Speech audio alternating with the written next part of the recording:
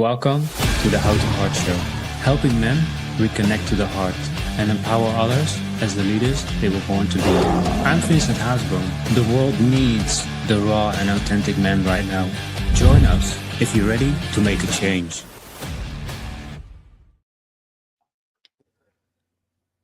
Hey, what's up, Lions, and welcome to the How to Heart Show.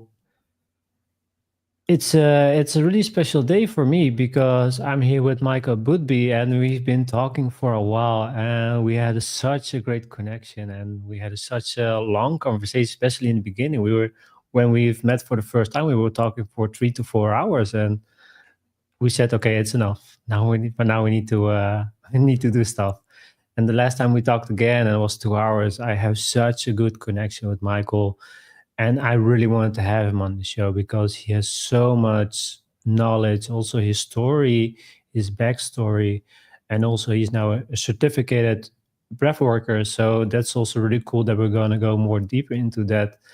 But what I wanted to share is the first time I've met him, he was really lost. He wasn't sure what he was doing, and I saw it. I felt it. I felt the pain and really the struggle.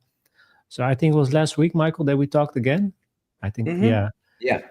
And he was so much different. He was on purpose, and he's on passion and purpose with his breathing. And it was like, wow, this is really cool that he finally found something in his life that works with him, and he can really make him flow and passion about it. But I don't really know much about Michael, so I really want to have him on the show so we can go and dive deeper into that. So yeah, Michael, thank you so much for your time being on the show. I'm really looking forward for a conversation. Me too. Thank you. Thank you for having me, Vincent. Absolutely. So, Michael, can you share with us in a nutshell of who you are and what you do?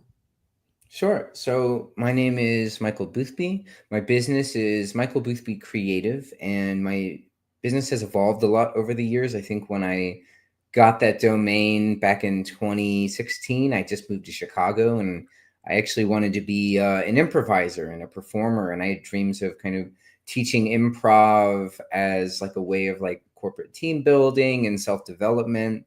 And I never really got that business on the ground.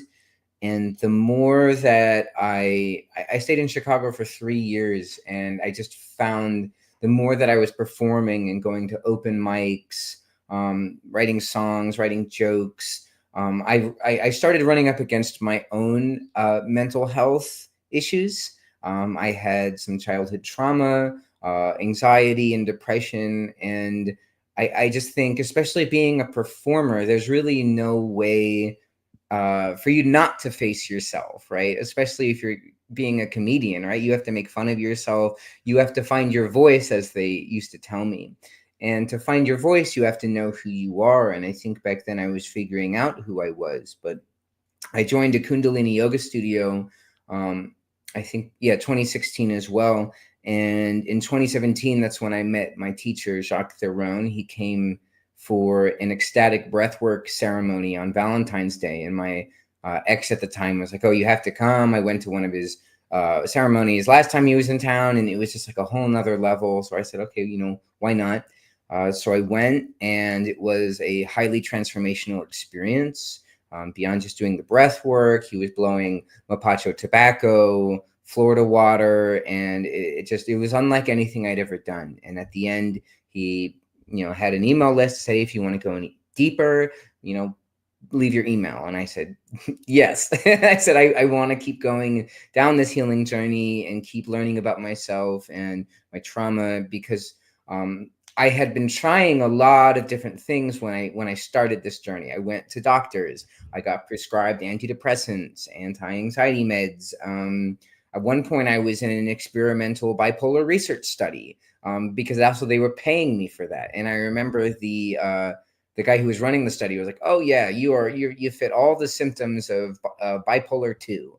I said, okay, well, I guess I'm bipolar. Which I didn't really like that. It felt very disempowering. And so I went in 2017. It was the fall of 2017 that I went to my first ayahuasca ceremony with my teacher, and I went in with the intention of discovering the source of my creative blocks, because all I wanted to do was create and perform. And yet when I sat down to write, or when I went to perform, I felt like it didn't feel authentic. It still felt like I was trying to be somebody else instead of just being me.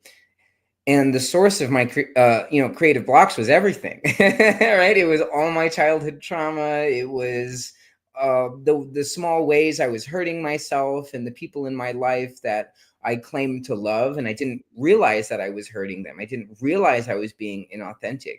I was just in pain. I was just trying to figure out who I was. And so that first ayahuasca ceremony was really illuminating, and I learned a lot about myself. Unfortunately, back then I didn't have a whole lot of support and integration, right? My teacher kind of travels around the world doing ceremonies and breathwork retreats. And so I was able to kind of email him when I had something come up, and he'd get back to me. But I had a therapist at the time, and they didn't really understand plant medicine.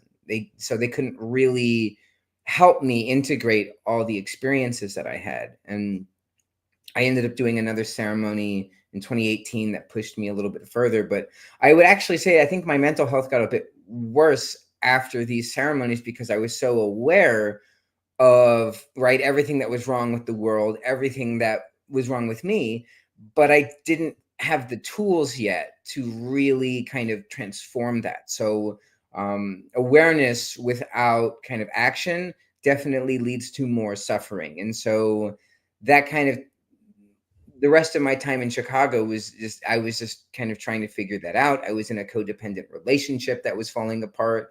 I actually proposed to her, and she said, I don't know. And I was like, oh, that doesn't feel good. I'm not going down a good path here.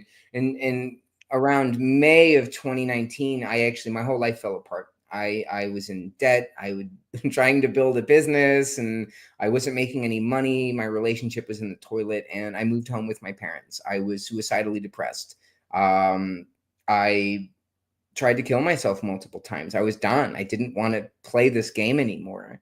And I actually ended up, like, after one attempt, just like breaking down, crying. And I looked in the mirror and I said, oh my gosh, if I do this, like, my twin sister would be so, she would never recover from this. My family would never recover from this. And I have to keep living. I have to find a way to keep going, if only for my twin sister, who, by the way, came over today and took 7 stitches out of my arm. So she's still supporting me, and she's still taking care of me years later, which means the world to me. So my life fell apart in 2019. I moved home with my parents, and I just had to rebuild myself. I had to say, I deleted all my social media, and I just worked on myself. I eventually got a job, like working in sales for like a tech company, and I slowly paid off my debt while living with my parents. And that was not fun. I called it parent prison. Because it's like, well, it's better than prison. It's better than being homeless, but that's about it. There wasn't, where my parents live in Florida, there's not a lot of young people. There's not a lot happening. It's not where I saw my life going when I was 29 and 30 years old. I think, we kind of have this idea in our heads of like life's like this trajectory, and it just, okay, we go to school, we get our diploma, we get our degree, and then we get a job, and then we work our way up, and it's just this like step after step after step. And for some people, maybe more neurotypical people, that's the path that they find. But for me, it's just, I always felt that institutions, companies, something always felt off to me, and I usually end up getting fired because I end up asking questions, and I end up speaking up when I feel like I'm being mistreated, which most people don't do. They just kind of take it and take it and take it. So I ended up, and around this time too, 2020, 2021 was when I started actually learning from my teacher. I took, he had an online tarot course that was called The Building Blocks of Tarot that I took. So I started using divination in my life. And then it really picked up oh my gosh, I guess it was 2023. My teacher created the classical mythology deck, which I have right here. And this is kind of his public facing version of his deck, but also his life's work, which is in researching ancient Greek archetypes. And so when he released this deck, he also did a 6-week course and said, hey, if you want to learn how to use this deck in your practice or just for yourself, here's the course. And so I took that.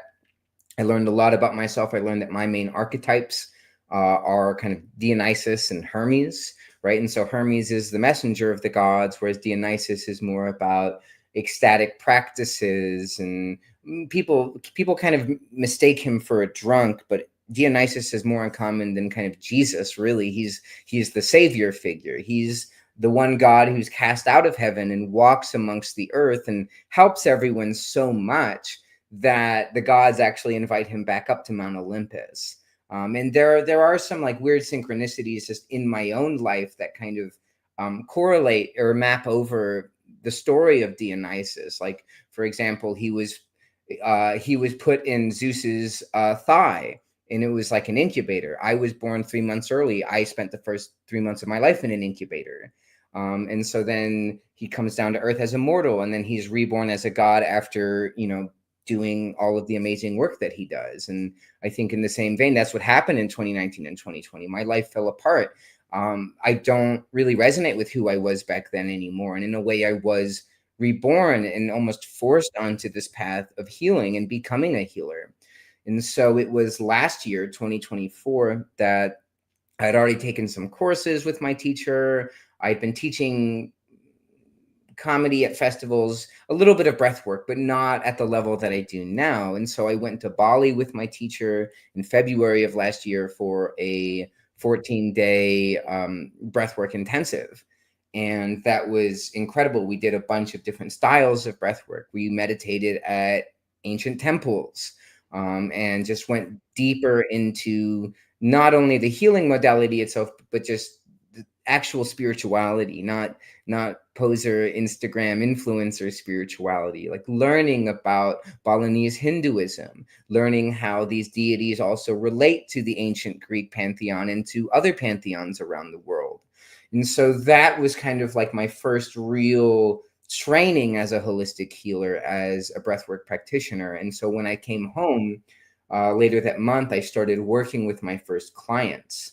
And again, I'm trained as a conscious breathwork practitioner, which is also known as a rebirther. And rebirthing is a holistic therapy created by Leonard Orr in 1974.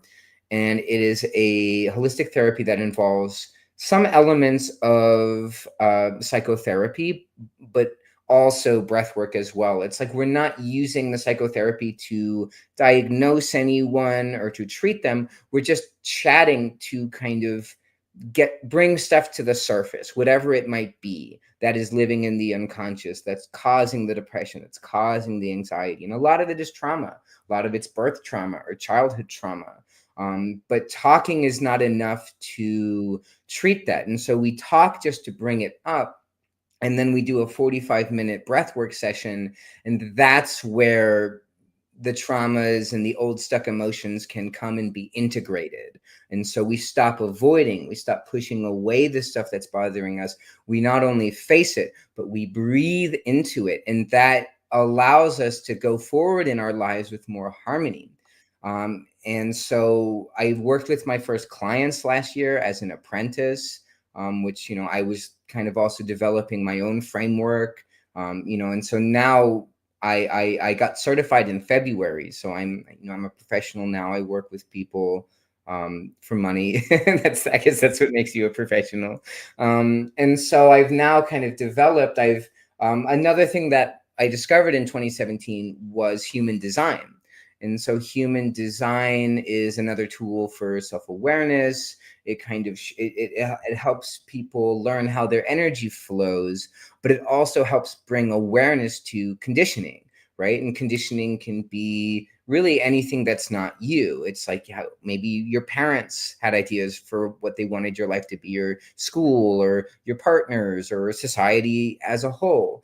And so I think both breathwork and human design work really well together, because they both are designed to help you realize what is you and what is not you, and help you release what is not you, to help you first become aware of what is conditioning, but then to either release what no longer serves you, but also to integrate your shadow, so you're not just running from yourself your whole life and playing defense and avoiding and like getting triggered all the time and getting upset at people you love. Instead, we can learn to feel these emotions. And a lot of trauma really, when trauma happens, especially when we're younger, when we're kids, it's too much for us. We don't really know how to handle it. And so I think a lot of my work with clients, when we do hit those pockets, it can be intense.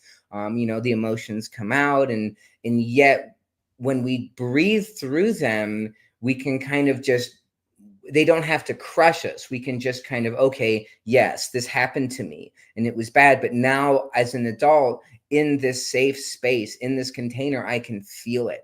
And when I feel it, it's like you're almost feeling it for the last time. And so it gets integrated or released, and that allows us to move forward in our lives with more courage, with more authenticity, living from our heart instead of our head.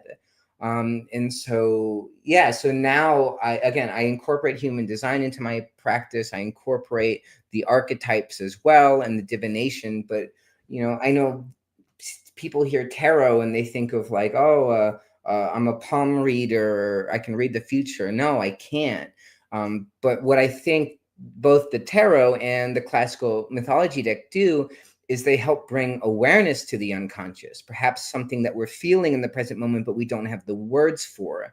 And so I find that these tools are an excellent mirror for people who are struggling to even realize what it is that they are struggling with. And so it gives me a common language that I can use with my clients and even with other practitioners. And once we have this vocabulary, now we can really talk about what's bothering us on more than just a surface level. We can go to that root. And that's the thing. All of this stuff, it lives in our unconscious. We're not consciously aware of it. And so I think that's kind of a limit of talk therapy. We can only talk so much. And as long as we're talking, we're in our heads. But breathwork is a fully embodied practice, because trauma is not only in our brain, it's in our body. It's in our nerves. And so I think breathwork as well, that's one thing it's really great at, is it's great at relaxing the nervous system. And I think for a lot of people living in this modern world that's so hectic, people are stressed out all the time. And as long as you're stressed out, you're just playing defense. And so I think what rebirthing and conscious breathwork helps is it gives us that chance to kind of really relax, really reset. And once we're in that state of relaxation, that's where the healing can occur. So I always say, I personally don't heal people. I create an environment in which healing can happen. And I think that's like what the world needs right now. We need more spaces where transformation can occur, where we can be patient with ourselves and others, where we can be gentle and have compassion, especially for men. I think men, we're not taught how to handle our emotions. We're just kind of taught to suck it up and go and win. And if you lose, you're a fucking loser. Can I curse on this podcast? I don't know. But you know what I mean? It's like there's so much toxic masculinity that gets like, and again, it's not our fault. It's like our fathers teach it and then their fathers. So we just are kind of the last in the long line of conditioning. But yet I think now, and I think my story is a testament to that, we have all the tools now to heal ourselves and to break the cycle and to become authentic, empowered men. And I think that's what the world needs right now. The world needs conscious leadership and more conscious men who are tuning into their emotions and are being vulnerable. And vulnerability is not a weakness, it's a strength. And that's something that I've learned in my life. And I always encourage my clients and really just anybody who cares about what I have to say.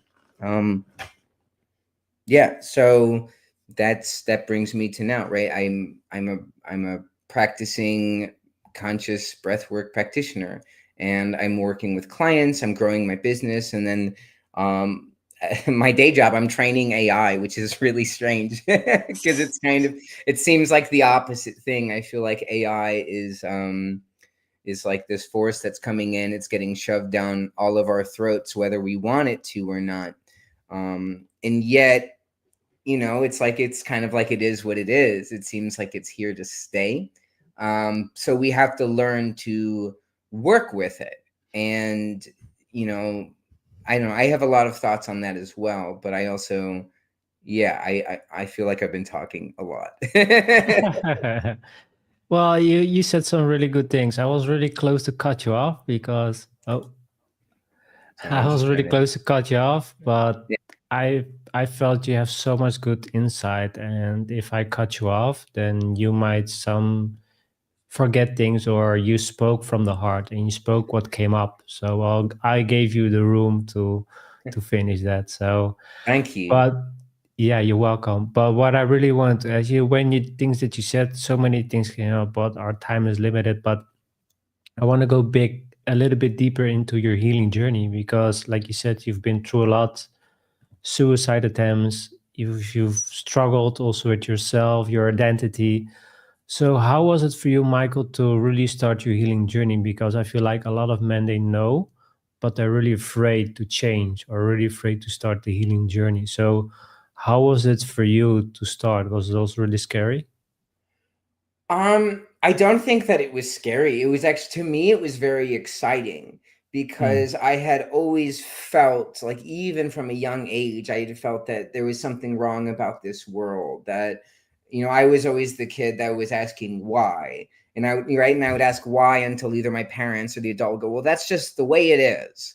And I hated that answer. I said, what do you mean it's just the way it is? You mean there's not a better way? And I learned in my life that yes, there is a better way, and there's a better way to probably do everything on this planet. Unfortunately, it's not profitable. And just in my own healthcare journey, I mean, I released my first EP last year as a singer-songwriter, and it's titled "We're All Doctors Now."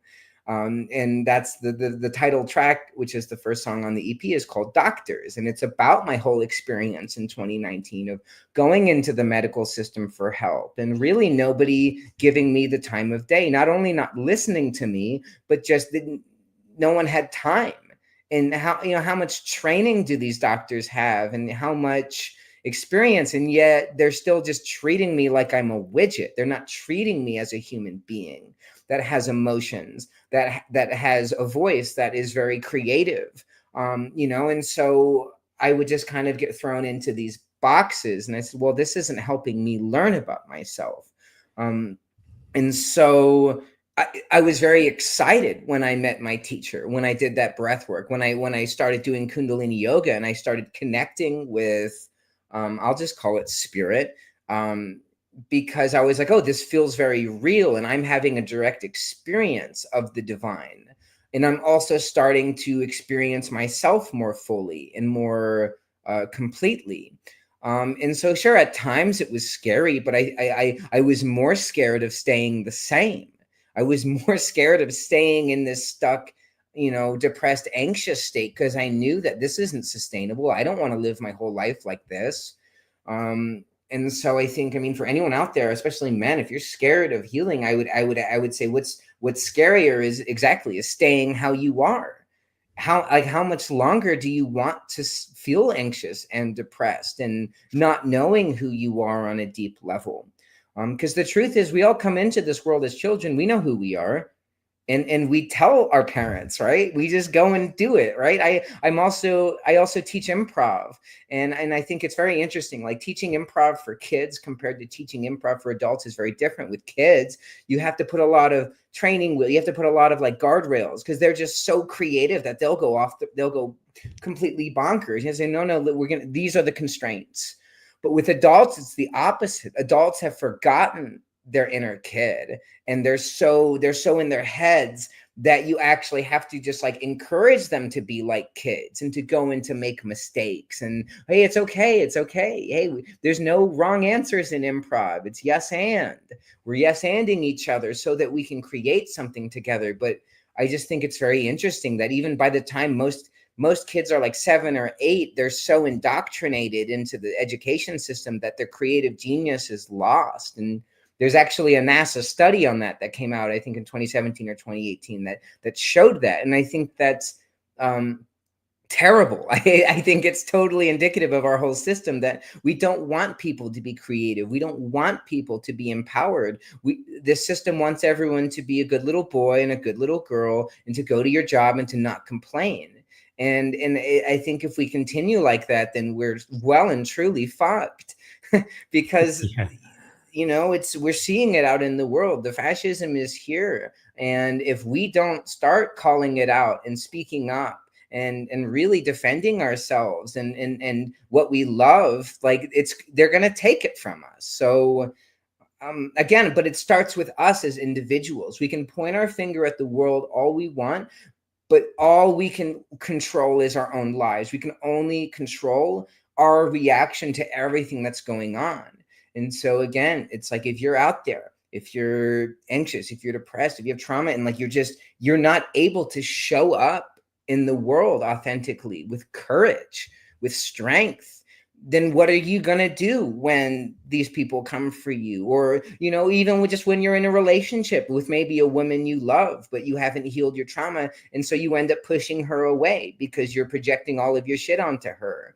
And I, at least I can only speak from my life. It's, if you don't learn the lessons, they keep coming up. And every time it will get louder and louder and louder until you make a change, until you do something. So it's like, there's really no escaping healing. I don't think so. If you don't heal in this life, you're coming right back to do it all again, at least from my beliefs.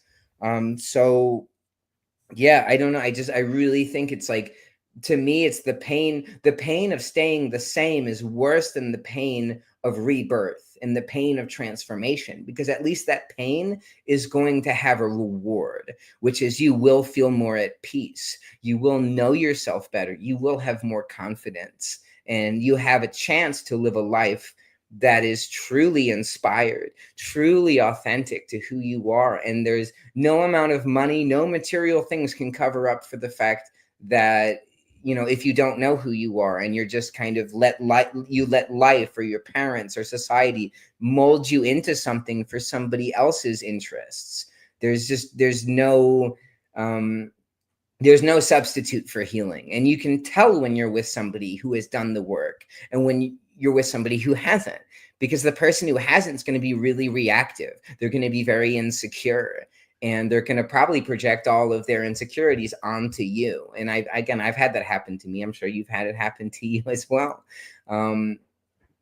So yeah, I hope I answered that question. Yeah, you answered more than enough. And the question that really came to me, because you always speak with passion. Yeah, always when I talk to you, you have so much passion. We're always on the same line and stuff like that. But because also our time is limited and you have so much knowledge, you have so much to say. But what I really want to ask you is, what kind of advice can you give to men to start their journey? Because when they hear this, like, yeah, Michael, just start the healing and do this and do that. Yeah, I know, but I don't know where to start. Sure. So how do men start with their healing journey? So I think the first thing is just, everybody needs a spiritual practice, whatever it might be. For me, it's breath work. For my best friend Alex, it's yoga. So it's, if you don't have a spiritual practice, find one, wherever you live. Like, it doesn't have to be expensive, but everywhere. There's yoga studios everywhere. There are meditation circles everywhere. So I would just look to see what's available for you in your community. But first, also just see what resonates with you. Because don't just force yourself to do a spiritual practice that doesn't feel good within you. So again, I would say step one is do some research. Or maybe whatever, start watching some YouTube videos, but don't get stuck in that either. Because a lot of people, even that was me when I was younger, I was reading one self-help book after the other and not applying any of it, and you don't want to become the person that's just going to, self-help talks all the time. Don't be the self-help junkie, but find people, find a teacher or a class that resonates with you, where the teacher isn't putting themselves on a pedestal. They're right there with you. They're a guide. And just start, right? Start with, again, yoga, breath work, meditation. There's so many different avenues. Therapy. I've had multiple therapists in my life as well. And although now I kind of critique talk therapy, I think it does have its time and place. It's very helpful if you're in crisis like I was in 2020. And my therapist, Susan, definitely changed my life. She helped me learn to counter the negative self-talk that I had, which I just was like, oh, this is just me. This is how the world is. It's all negative. It's all shit. I'm shit, right? And if you're stuck in that negative self-talk, you're done. like quite frankly, if you're your own worst enemy, you're not going to get very far. So again, if you need therapy, find one. The way that I did it, I went on to Psychology Today and I just went through all the photos until I found Susan. I said, and I read her profile and I was like, she looks really genuine. I'm going to send her an email and do a session with her. And I did one session with her and it was incredible. But I think what's challenging is, like, when I first moved home with my parents, I couldn't advocate for myself. I was too deep in it. And so my parents kind of, oh, well, I heard this guy's a great therapist. And I went and it was terrible.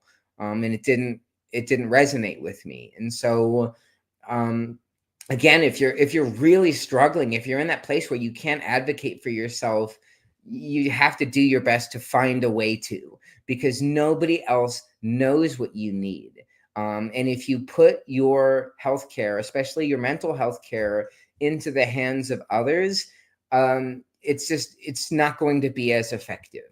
And so I think the first step, I mean, obviously do some research, but it's like, if you're stuck in that victim mindset where you think that, everyone's out to get you and everything's out to get you, you have to find a way to transcend that.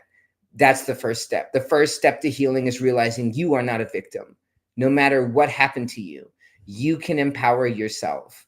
And maybe that starts with just emailing a therapist or calling a clinic and seeing if they have any availability, right? That's hard for a lot of men. It's hard for most men to admit that they need help. And yet no man is an island. We all need help. We all need support. We used to live in a world where we lived in villages, where we had community. And I've seen over my lifetime as community has just been decimated so that rich people can make more money off of us, right? That's what social media is. It's not here to connect us anymore. It's here to addict us. It's here to shove ads in our face and make us pay to get our message out into the world. And that's not what life is about. It's a complete inversion of community and of nature itself. Yeah, it's really messed up. Yeah, it is. But Michael, the things that you were sharing, I hear so much resemblance with my life. Also, the struggle, the things that I've been through, and it's so similar to yours. It's so weird. Also, what you've been through, most part of it, I've been through it as well. I didn't went to suicide or stuff like that, but everything you said, I was exactly going through the same phases. Really, it's crazy. I think that's why we're so good connected with each other. It's mind blowing. That's really cool about us humans. We are so connected. I would never know that or expect that I would meet a guy like you that's really like into the spiritual breathwork, and you're still so aligned with who you are. But also, I'm so connected with you, and also with other people that I talk to. So the thing that I want to say is, you're not alone. We always think that we are alone. We are alone in this, and we need to deal with our shit ourselves. But that's not the case. We can ask for help. And also, what you mentioned, asking for help is really hard for men. I think it's also like an ego thing, that if we ask for help, then we're low, then we're not man enough, then we're not strong enough. So I had the same when I did my journey of healing. I didn't ask for help. I told myself, I'm gonna do this alone. I will figure it out. I will always manage it alone, and I can do it now alone as well. But once I progressed years and years and years, I couldn't move forward. I was always stuck, and I said, I cannot do this alone. I need to get help. And I did the same last year, 1.5 years ago. I went to see a psychologist, and he helped me a lot also with understanding understanding my traumas, understanding what I've been Yeah. through, but also resolve them. I did EMDR, and Yeah. it really helped me a lot to let go of the trauma. What I realized was, once my body was in a difficult situation, my body was in a loop. It was always in this trauma cycle, and I couldn't move forward. Everything that I did, I couldn't move forward. And with the EMDR, it really helped me to. It is like a video, a movie, and it was always on repeat. But Yeah. once I did the work, it was like boom, I could go to the ending, and it was done. The movie was over. I finished the movie. So what I want to say here is, I know for men it's really scary, like Michael mentioned, but you really have to start working on yourself, because I agree, if you don't do the work, you're gonna be stuck, and you don't want to be there. You don't want to be stuck, Mm-mm. and it took years and years for my life not doing anything. I was same as you, just consuming books, consuming information, courses, because I Mhm. believe then I will be safe. I believe then nobody can hurt me if I read so much books. I'm always prepared, but I did the same. I didn't take any action. I was just consuming, Yeah. consuming, consuming. So yeah, take the step, take the leap of faith. And also what Michael said as well, feel what resonates with yourself and with somebody else. If you look for help, feel in your heart, does this person resonate with me? If you have a session, doesn't feel right, don't go back. Don't go to the same Mhm. person. Your heart, your gut feeling will tell you this first person is not the right person for me. Mhm. So listen to that. Listen to your gut and your heart and gut Mhm. feeling. And yeah, I think that's what I want to share for now. And Michael, like I said, you have so much passion. It just splashes off the screen. You have so much to share, and it's really, really awesome. Also, like I said, if I talk to you, I can talk to you for hours and hours and hours. But yeah, we're gonna go into a commercial, and then we're gonna go deeper into the breath work, because that's really where the passion is, and I want to go deeper into that. So, guys, don't go anywhere. I'm gonna run a commercial for 2 minutes, and it's about gold and silver, and then we'll be right back. See you soon. Increasing expenses have caused us all a lot of pressure these days, and it's affecting even the wealthiest of people. Most have lost their sense of security, stability, and even hope for a strong financial future.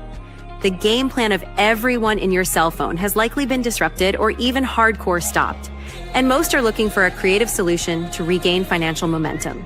Oftentimes, life's best solutions are the simplest. But first, a question. What is something most people think they should own but don't? Crypto, fine art, real estate? Nope. We are talking about real money. The kind kings and queens fought for and large institutions today buy in mass. We're talking about gold and silver, assets that provide confidence in tough financial situations. So the question is, do you own any? If you don't, you're not alone.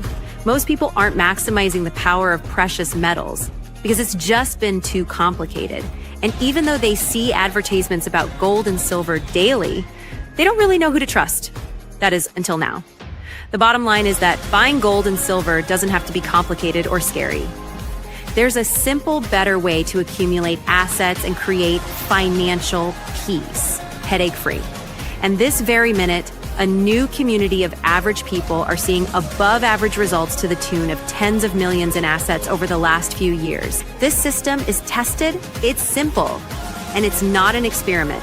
To date, it's helped more than 80,000 people bring hope back into their lives. It's invitation only, and right now, this new community has accepted a challenge to give away as much free gold this year as possible. Curious? Learn how to get your free gold today. Check out the next step to get the details.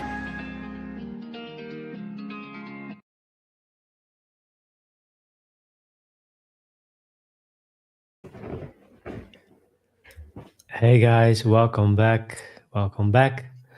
So, Michael, thank you so much for sharing your amazing journey. It's been quite a ride for you, and also for me, also my healing journey. And what I want to share, my final touch on this is, I never regret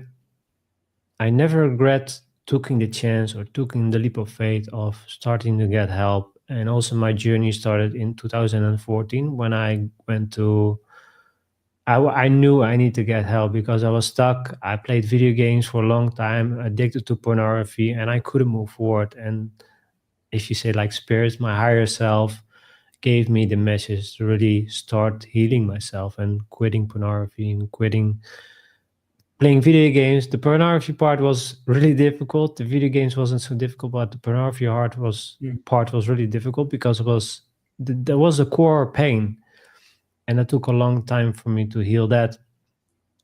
But I knew if I didn't get help, I knew I'd be stuck, and I knew I wouldn't be sitting here as well, probably, or I would be in a mental institution, or I wouldn't be podcasting. I would be just living life as a slave. So I didn't want to go there, and just I wanted to do something meaningful with my life, and you did too. So yeah, my biggest respect for you, Michael, for sitting here, opening up your journey and sharing your journey also with other people and helping people as well, not just men but also women, and really go deeper into who we are. So as to jump over that, the breath work. So why did you got so passionate about the breath work and you became an instructor? Yeah, I mean, it really was my teacher. I just, again, by last year, by the time I went to Bali, again, I'd already, again, sat in ceremony with him. I'd already done several breathwork sessions. He does these monthly meetups on Mondays too, where he lectures about spirituality. He goes to a lot of sacred sites around the world too. So he's just a treasure trove of spiritual knowledge and wisdom. And then, like, I think in this like post truth age, the age of the influencer, he was a breath of fresh air. I said, oh wow, this is like real spirituality. This is what they were learning in ancient mystery schools back in ancient Greece. And so the more that I worked with him, I was hungry for it. And so when he offered his year-long training as well as the Bali retreat, I had just got fired from a job as a content writer for speaking up because we weren't being treated well. And I, again, was the only person who spoke up. And even my own boss was like, you need to not speak up. And I said, well, I what do you mean? I can't not speak up. Just because you're paying us a certain amount of money doesn't give you a right to treat us like shit.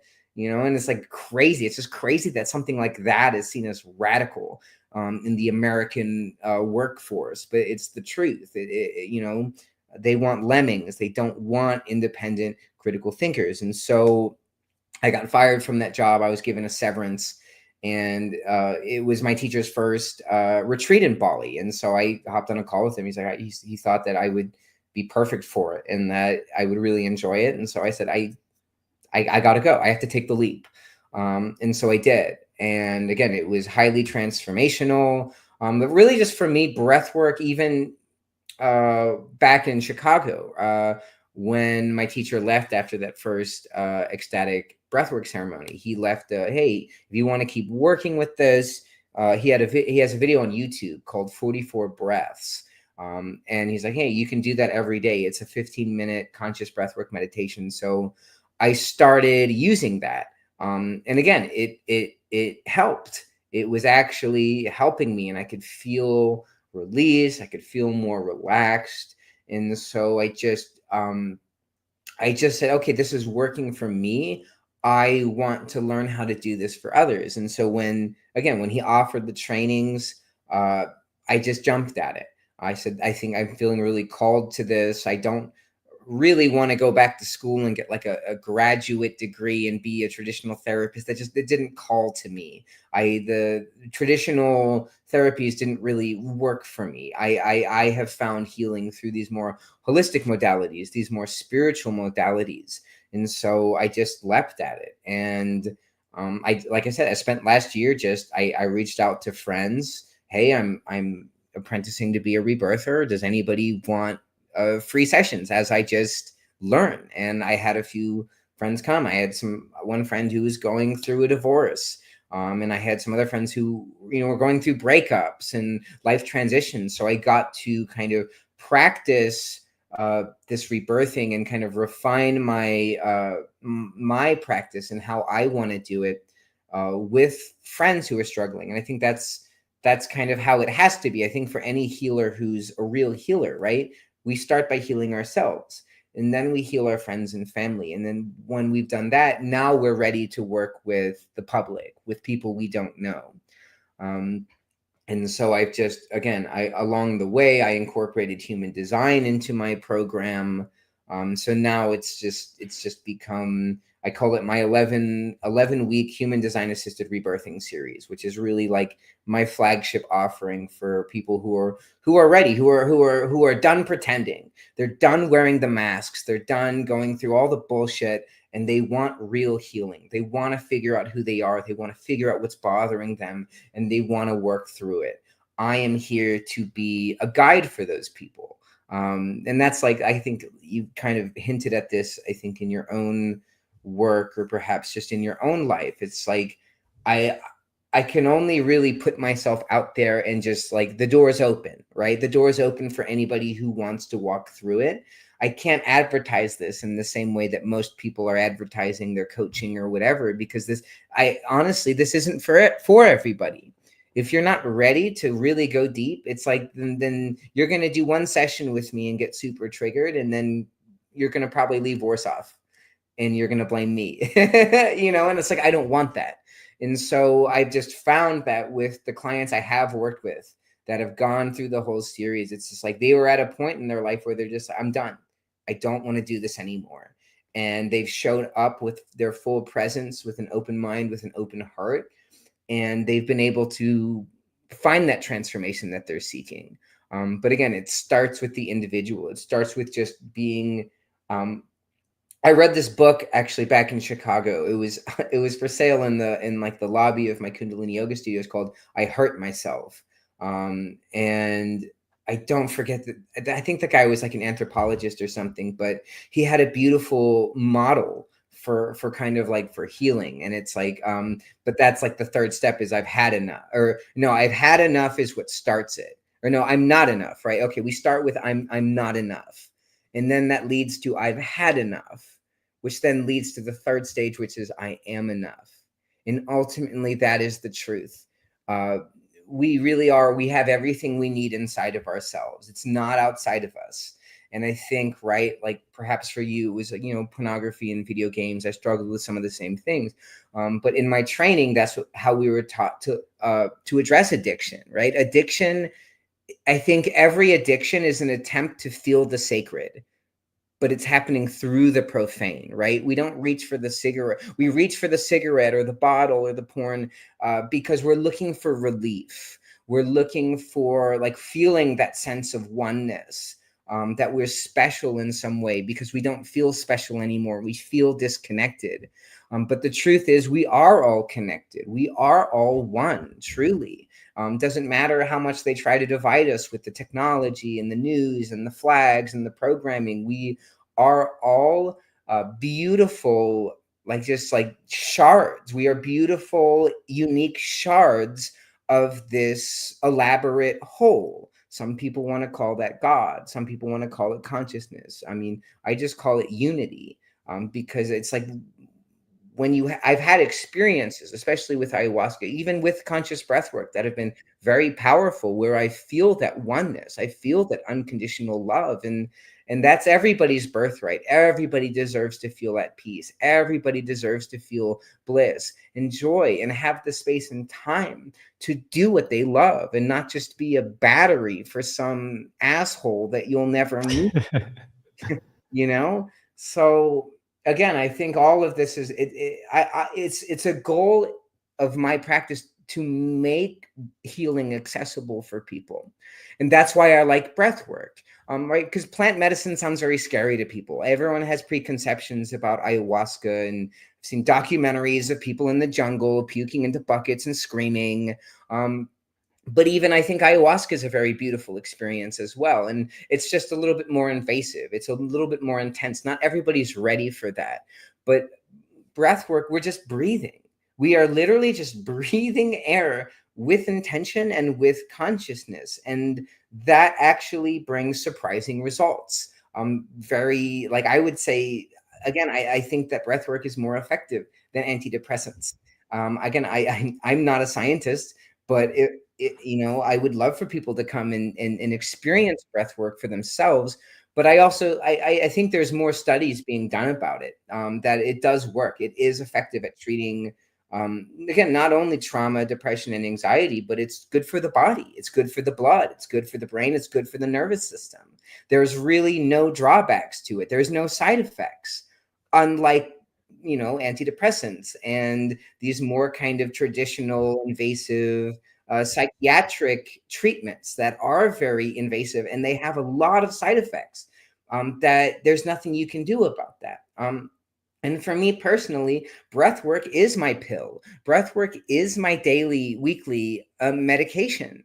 I'm not on any medication anymore. I just work with my emotions now. I learned from my human design that I'm an emotional authority, that I'm always going to be up and down in my emotions, but that's not bipolar. It's not a diagnosis. There's nothing wrong with me.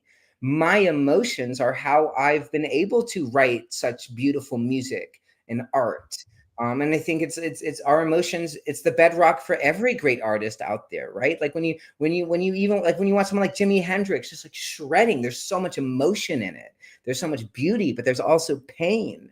I mean, great filmmakers as well. Every great artist puts their heart and soul into their work. And, it's like, if we have no emotions, what kind of world is that? We don't want to it's like the lobby of a McDonald's. God, it's so sterile.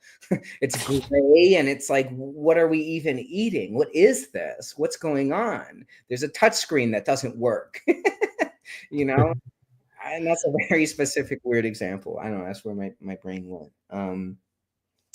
But yeah, I just think, for me, it's just like breath work. I only teach this because it's helped me so much, and it continues to help me in my life. And so I think that's important as well. When you are looking for a teacher or a guide or a healer, make sure that that person is practicing what they preach and they're not just talking about it. There's a lot of talkers. There's a lot of influencers out there, and they have slick marketing funnels. They might even have a bunch of followers. But quite frankly, I think they're full of shit. And I'll call them out even if they don't know who I am. Well, Michael, the most of you said was true, and I resonate with you as well. Also with the big pharma, when you go and see the doctor, they never ask how your lifestyle is. They never ask what you're going through, your traumas. They only ask about the symptoms, and when you tell them, it's like, oh, okay, here, take this, and then you go home and you swallow the pills, and then you feel okay, but then something else rises up or something else happens, and then you go back, and then, oh, so you have now this symptom. Oh, wait, here, I will have this description here. They never ask about your lifestyle. They never ask how, if you go to the gym, working out, working on your healing, seeing somebody. It's always the quick fix, medication prescription, because they make money. And plus, the doctors will get a commission. They will get so much money because of writing the medication. And it's true, if you start healing yourself, then there's no money to make. So it's not about the doctors or big pharma. It's about you.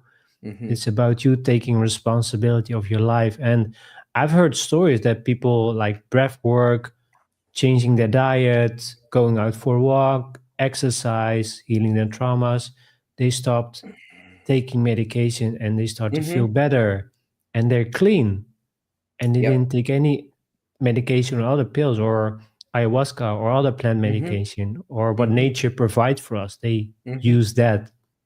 And the same for me. I used frequency healing, and I always need to use my inhaler for asthma. And when I started using that, I quit. I don't use any more inhalers.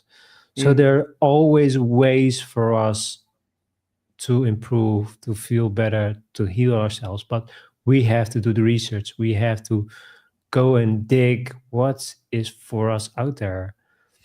So, Yes. Michael, You're totally right. And yeah, we talked about so many things. Also the world, we can talk about this like another episode, and it's probably going to get cut out of YouTube because they don't want us to talk about it. But Right? it's the truth.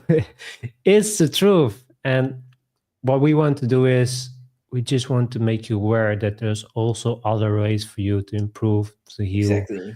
And it starts with yourself. And also take the courage to start by yourself, but also ask for help when you need it.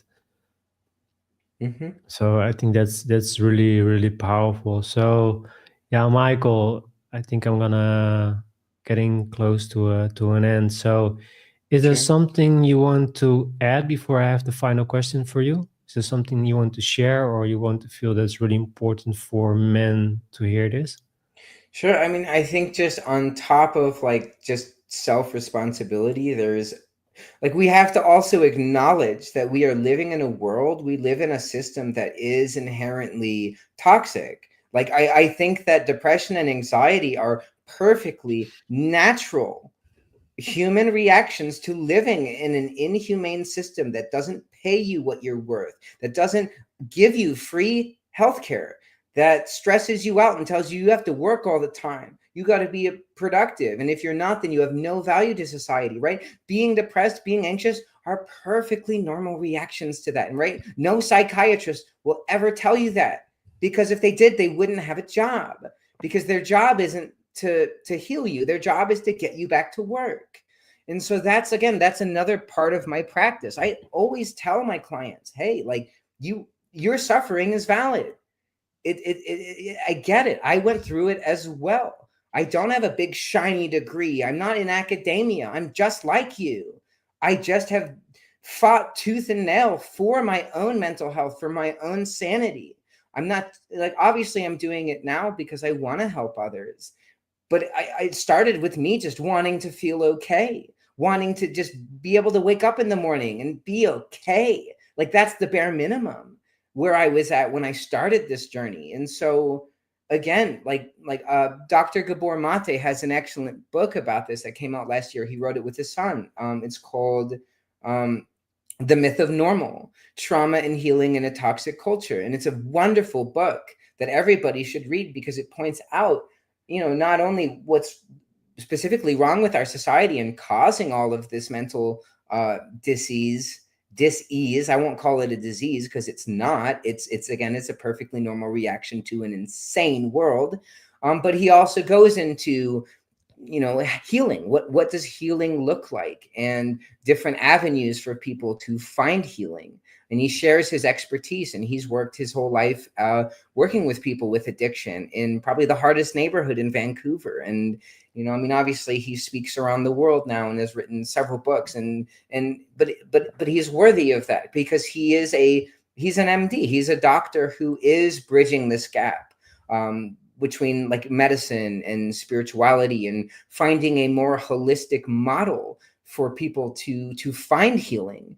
Actual healing, not just a pill, not just a Band-Aid, which I have on my arm right now, because the world doesn't need another quick fix. The world doesn't need another Band-Aid. It needs real healing. It needs community. And ultimately, I think once we heal and once we feel really good about ourselves, all that's left is creativity. Right? Like when we were kids, now we can go play. Now we can go make music or write or art. And we can also be advocates. We can be advocates for the people who are still stuck and can't advocate for themselves. And that's where we can make a difference. That's why my business is called Michael Boothby Creative, because we heal. We don't just heal to heal. We heal so we can live well, so we can create beautiful things that make a difference in this world and that help others. We can create community. We can be the ones to create community, and we can be that pillar for wherever we are, for whoever's searching for community and healing and spirituality and creativity. We get to be the ones, right? No one's coming to save you. You get to save you. You get to, though. It should be exciting. We should be excited. I think we are born to be reborn, right? What is death but another rebirth? And so all, like my teacher would echo this sentiment, but it's also the sentiment of all of the mystery schools of the ancient world. They all believed in the same thing, that we have to learn to die before we die. And however we have that death experience, whether it is an actual near-death experience or it happens through a plant medicine journey or through breath work or whatever it might be, but when we have that experience, we realize, oh, right, we are all one. And I am beautiful and I have something to say and I want to go make some fun shit. And then we can just go and get on with it. And now we're not haunted by our past. We're not haunted by our traumas. And yes, we can look at the world and go, wow, it's really crazy. But right in here, it makes sense. And in my community, in my close circle, and in the areas I can control, I'm helping people and I'm supporting them. And we can only tend to our garden, right? We don't have billions of dollars. We're not Donald Trump. We can't just make a coin and get like millions of dollars. It's just not realistic for most people. And we shouldn't aspire to be like those people. We should aspire to be the most authentic versions of ourselves so that we can show up for our friends, our family, and our community, so we can have courage and so we can inspire others to go on their own healing journey and figure out who they are. Because imagine what that world would look like, a world full of people who have healed and are authentic and just creating. That's all a completely different world. And I think it's possible. And so at least in my own life, I'm going to do my part to help others heal and find wholeness and come back to themselves, because I know that every person who works with me, who leaves transformed, they're going to go out in the world and do great things. And that's going to have a ripple effect. So, yeah, I Absolutely. think that's a good place to stop. Well, Michael, thank you so much for this powerful close. I guess it was really, really powerful. And yeah, thank you so much for sharing, being here on your journey. And it must have been really rough, also the same for me, but it is worth it. And what you mentioned also, to die, I had so many times that I also died, not fit, not like dying, but really dying of the old habits, dying of the limiting belief. It was really a rebirth of understanding myself and really start to work and have these aha moments. Oh, I can now try this, or I can now do this. And it's really trying new things and not just doing the same things and hope that it will change. That's really insanity. So try to do the things that works for you. And like Michael said perfectly in the end, start to live as your authentic self. Don't hush yourself for somebody else. Don't change yourself for somebody else. Like Michael said, put on a mask just to be approved by other people. Don't go there. Just be yourself and live the life how you want to live, from the heart and authentically. So, Michael, the final question, this is always that I ask my guests, and it's always a deep question, and that is, what is the most difficult thing that you went through in your life? You shared it, but I really want to go deeper with that. And also, what is the most thing that you're proud of in your life? Honestly, I think the most difficult thing that I've been through in my life, it was 2021. I had just moved to Richmond. I was living with my twin sister at the time. I'd saved up. I'd paid off all my debt. And I moved up here to Richmond to start a new life. And it was going really well. And I think it was September or October of that year, one of my best friends, Liz, died unexpectedly. And I almost I had a feeling that something was, because I remember that the night that she died, I had a gut feeling, was like, text Liz, tell her how much you love her. And I did. And I'm so happy. It's like she texted back and was like, I appreciate you so much. Thank you. And that was the last words like she ever spoke to me. She died of a cocaine overdose that night, a fentanyl overdose. Oof. She was quitting a cocaine addiction, and she was getting her real estate license. And she was like playing guitar again and writing songs, and she was dog sitting for a friend, and her dealer messaged her and was like, hey, I'm in town. And she said, oh, well, one more time. Well, one more time. It couldn't hurt. and it killed her. And I watched her funeral live on Facebook, and I watched as like her parents and all these people talked about her, and they didn't really know her. They had some image of her in their mind, and it was incredibly painful. And even this past week, I've had some moments where I've been really in it, where I felt really sad, and all I wanted to do is call her, and I can't because she's dead. And that's challenging. It's like the death of a loved one, of a close person. It's just, you grieve it. It comes in waves and goes, but it's like it'll always be there. It's always just like this energy that you used to love, and it's now gone.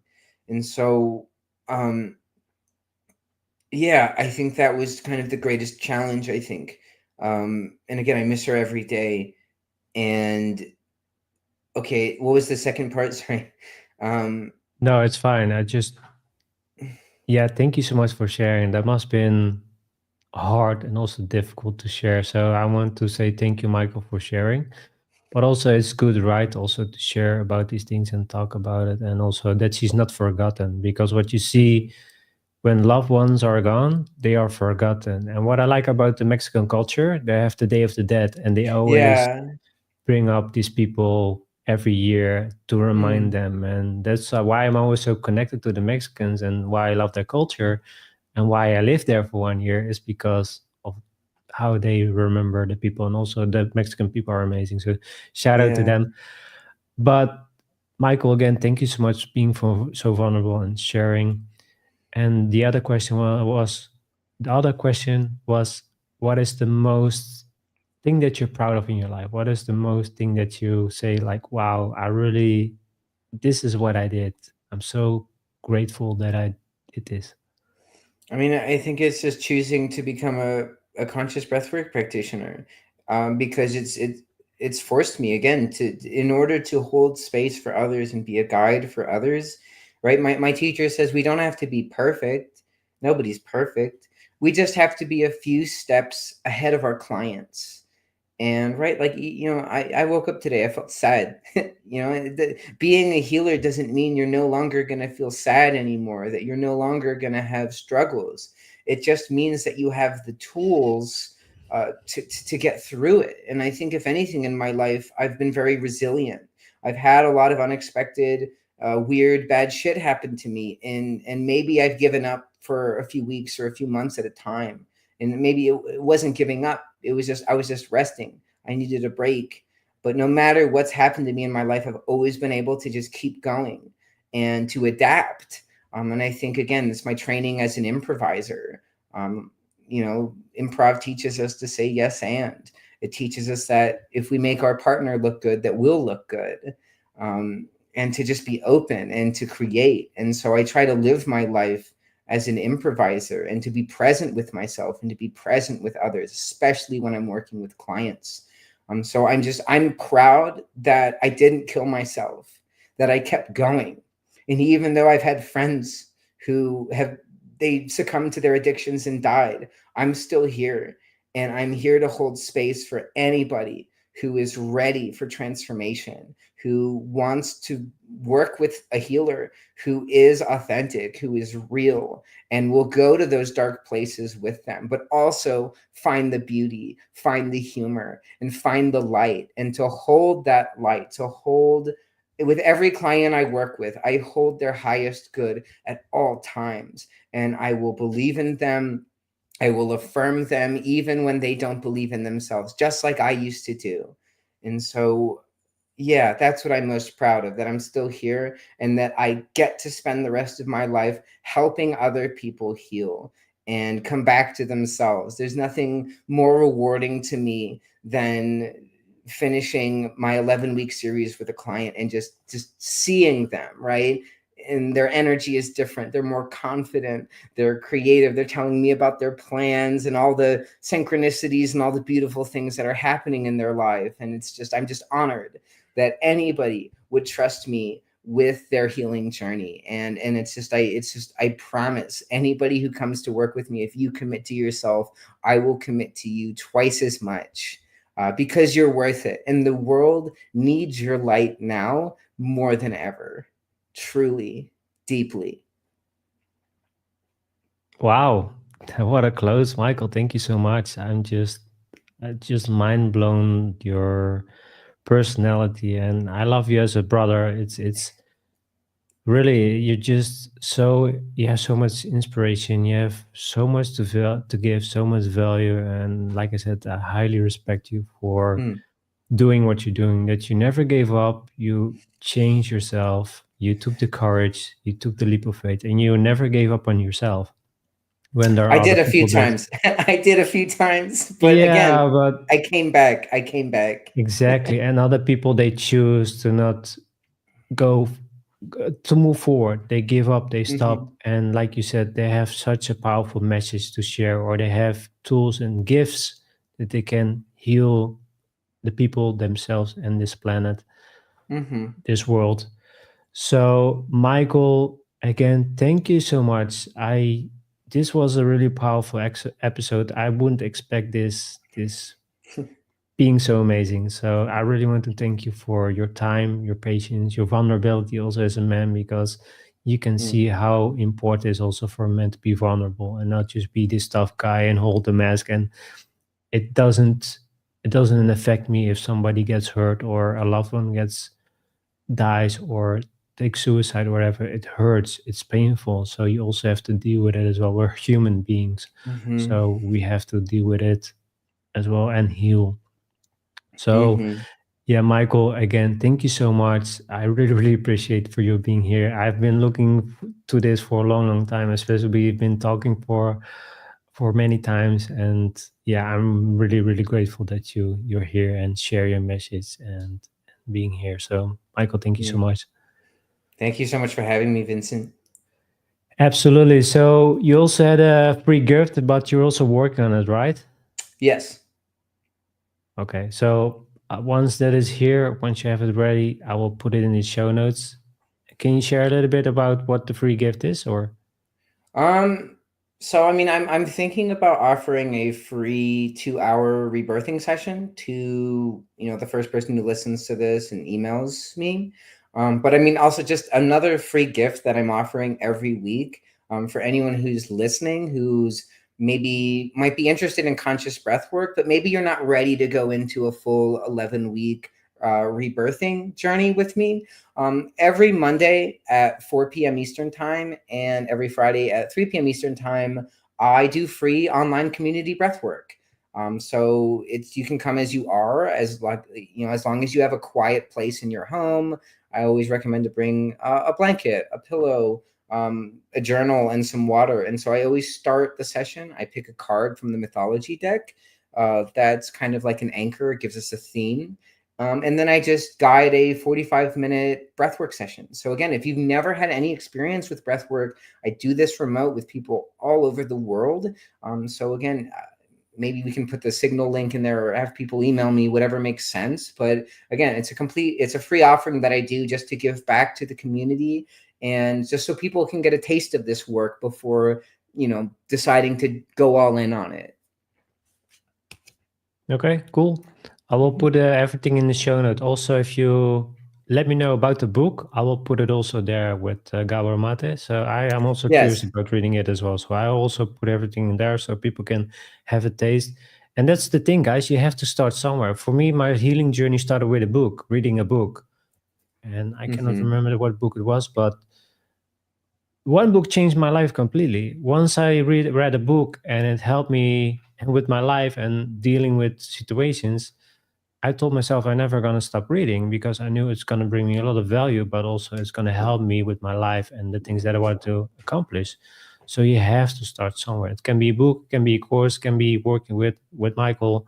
Just start with something, and you will Mm-hmm. know your gut feeling, your heart. You will know if you are the right person or not, or the right book, or it doesn't matter. You will know. So yeah, Michael, it's been amazing. And also, how can the listeners follow you? Yeah, I'm on Instagram. I have two different accounts. One's michaelboothby.creative. That's kind of my breathwork practice, also my music, just like my creativity. And then I also have Lovewise Media. Lovewise Media, I go to festivals and events, and I interview other people about, whether they're healers or musicians, DJs, vendors, creators. So yeah, you can follow me there. My website is michaelboothbycreative.com.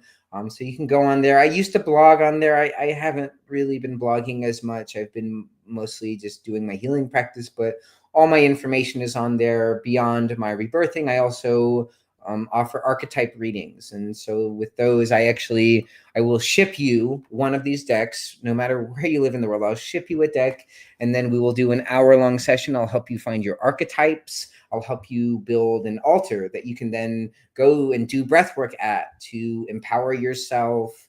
And just to aid you on your journey. And then I also do tarot readings as well. That's probably like my most basic offering. But again, for someone who's lost or confused, these readings are very intuitive. Again, I'm not a fortune reader. I find that the tarot and both the mythology deck are just reflecting these unconscious forces that kind of control our lives, and so they're a nice mirror. And I don't think I've ever done a bad tarot reading. Like, every reading I do for people is always very spot on, and I feel very confident in my ability to synthesize the tarot and all of these symbols in a way that makes sense. So even if you've never gotten a reading before, maybe that could also be a great place to start as well. If you're looking for guidance, if you're looking for something that's more just like, I need help right now and I'm not sure where to go. So yeah, that's all on my website, michaelboothbycreative.com. I think that's it. That's pretty much it. Okay, cool. Yeah, again, I put everything in the show note, and everything that Michael feels is important, I'll put there, the book, everything. So yeah, again, Michael, it's been a really powerful episode. I've also learned a lot from you, also to not give up, not also be distracted, not go into my old habits, addictions, because it will bring you to places that you don't want to go, and the system wants to put you there. So you're not shining, you're not gonna go on a high vibration, you're just on a low vibration. And you need to change. It's not an option. You have to start healing yourself. You have to start doing it for yourself, for nobody else. Start with yourself, and from there life will change, life become magical, and you start to smile again. I was always negative. I was always like, oh, this life sucks and I'm not good enough. But once I shift that and change that, I started to smile, I have more fun, I will attract people, I get in contact with Michael, other amazing guests. So that's what I want to share. Start learning to be positive, learn to love yourself again, smile, and be grateful of who you are and who you were gonna become. So, Michael, again, thank you so much. It's been amazing. I really enjoyed my company with you in this episode. It's not like we're going to be the last time, for sure, in a couple of years, or maybe so I want to have you on again. We're not going to have stopping the calls. I will be definitely going to chat with you again. So, yeah, it's been amazing. So if you have the final share, if you're something you really want to share from the heart, this is your opportunity. I think you said it best right there. Change, it happens with us. If we want, everybody wants transformation, right? Everybody wants to make more money. Everybody wants to be in shape. Everybody wants to feel better, but it starts within you. And I promise you, when you start to combat your limiting beliefs and replace them with positive beliefs and start eating healthier and incorporating a spiritual practice, moving your body more, reconnecting with your body, with your emotions and with your spirit, when your inner world starts to change, I promise you, your outer world will reflect it. It might take time, but it will happen. And when it does, you're going to be so happy that you did it. So again, anyone watching this, like if you're on the fence about anything related to healing, transformation, just take the leap. You really have nothing to lose, and everything to gain. So go for it. And I'd be happy to work with you, but also just go with whatever feels good. And anything on your healing path, if you need any teachers or guides and they don't feel good, just let it go. Don't work with them anymore, and keep going. You will find what you are seeking, I promise, and it is within you. 100%. Yeah, perfect. Well said, Michael. Again, thank you so much. It's for me, this was really a powerful episode. I really enjoyed every moment of it. Like I said, you have so much to share, you have so much passion, and you always want to help from the heart. And that's so powerful. So yeah, Michael, thank you so much. Thanks, man. Thank you, Vincent. Thank you for having me so much. Absolutely. So guys, thank you so much for watching. It was an amazing episode. Like I said, Michael is really cool. I have so much value, I have so much to offer. And I'm really, really, really grateful that I got in contact with him and we started this journey together also and having this recording. So I'm really, really, really, really grateful for this. And if you like and subscribe to my channel, that will be really amazing. So you can help me grow this channel and share this journey, these interviews with the right people that want to hear the messages, because like Michael said, it's so important and we need to share and heal as much as we can. So that's what I want to share. So yeah, Michael, the listeners, thank you so much and never stop giving up on yourself. Take care. Goodbye. Bye-bye.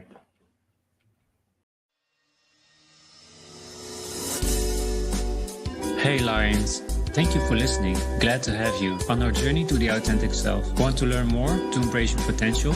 I invite you to keep listening. Do me a favor and smash the like and subscribe buttons, as this helps the show reach more listeners who need to hear these messages. See you next time.